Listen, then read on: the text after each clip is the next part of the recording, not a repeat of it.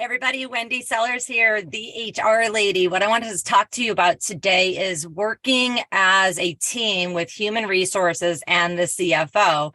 Now, some of you may not have either a CFO full-time or human resources executive full-time, so that's okay. Don't freak out. What I advise you to do is find some other resource that can help you, but that's an expert, not somebody that you need to train to be a CFO or someone that you need to train to be HR. You can use an HR consultant like myself, a CFO consultant, a transactional CFO, something like that, that you don't have to pay full price, because professionals, as you know, are expensive, especially now in 2023, where we're all vying for the same exact people. We're trying to retain our staff so that we don't have to spend all this money. And it is a lot of money to spend on recruiting. So recruiting and retention should be your concern if you are acting as HR or if you are acting as CFO. Work together as a team, because we're all there for the same exact purpose,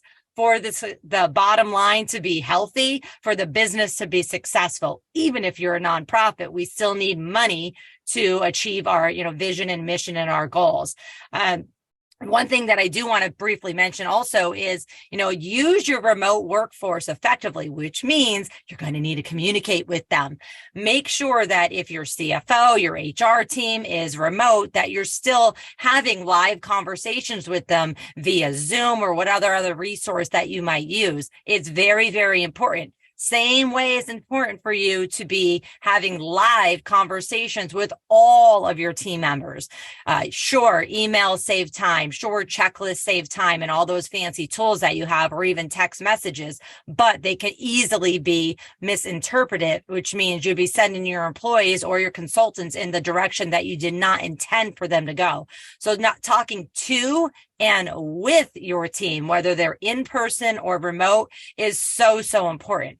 This means, though, that you need to train anybody who has the management hat on communicating.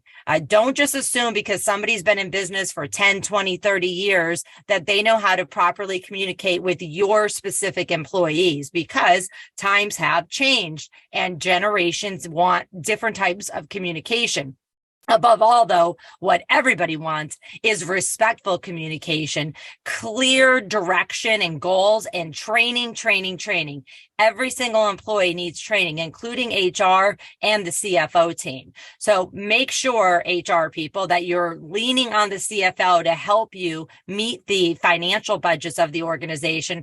And then CFOs or financial experts, please make sure you're working with HR, because dealing with human beings is time consuming. You can be having a conversation or expect to have a conversation with an employee, and you're thinking it's going to take 5 minutes, regardless of what your role is, but it ends up being a 55-minute or 2-hour conversation because of the stressful situation that they're in, or whatever the reason might be. Well, if you're dumping more and more on your managers and your HR people, and they're getting sucked into employee, I don't want to say drama, but issues that require empathy and skill, then you're going to need more help than you currently possibly have, which means you're going to need more money. So very important for you to be working together with your financial team and with your human resources team.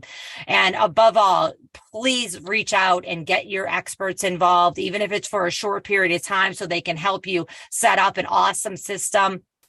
Finally, what I wanted to say is make sure that all of your departments in your organization are using the same data. I see it all too often that we have completely different data for the accounting team, and then we have different data for the HR team and probably the IT team, and so on and so forth. We should all be using the same data, so that when we're counting for head count and we're looking for benefits, or maybe you're looking for some training on, discrimination and harassment or empathy or whatever it might be. And for those of you that have government contracts, you might also be looking to create affirmative action programs. Well, you need data, and you need to submit that data. For many of you, not everybody, but many of you need to submit that data to the government as well. So work together, not apart. That's all I have for you today. Reach out at any time. Wendy Sellers, the HR Lady. Find me at thehrlady.com.